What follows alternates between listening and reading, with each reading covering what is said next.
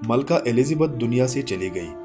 कई लोग उसके बारे में कभी तो सैयद होने का दावा करते हैं और कोई उस अनजहानी खातून को सीधा जन्नत में पहुंचाने की कोशिश कर रहा है। आइए ज़रा मुख्तसर सा जायज़ा लेते हैं कि अनजहानी ने अपनी ज़िंदगी में दुनिया के अंदर क्या क्या कारनामे दिखाए हैं, कितनी दौलत लूटी है और कितने गरीबों की बस्तियां उजाड़ी हैं। कितना लूटा था, इसका अंदाज़ा इस बात से लगाए कि फिल वक्त दुनिया की कुल जीडीपी 80 खरब 900 अरब डॉलर से ज़ायद है।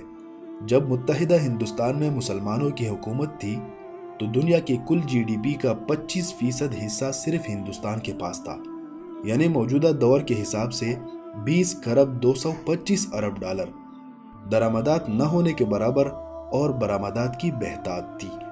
वाज़ेह रहे कि 1 खरब में 1000 अरब डॉलर होते हैं। 17वीं सदी में फ्रांसीसी सयाह फ्रैंक्यूस ब्रेनियर हिंदुस्तान आया था। वो कहता है कि हिंदुस्तान के हर कोने में सोने और चांदी के ढेर हैं।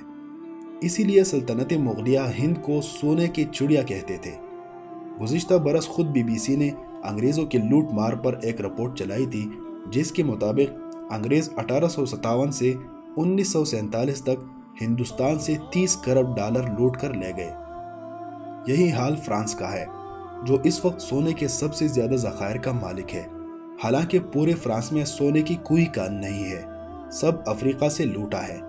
मज़े की बात यह है कि इस्तेमारी दौर कब का ख़त्म हो चुका है, लेकिन अब भी अफ्रीकी मुल्क माली के कानों से सोने निकालकर फ्रांस के जाने का सिलसिला जारी व सारी है।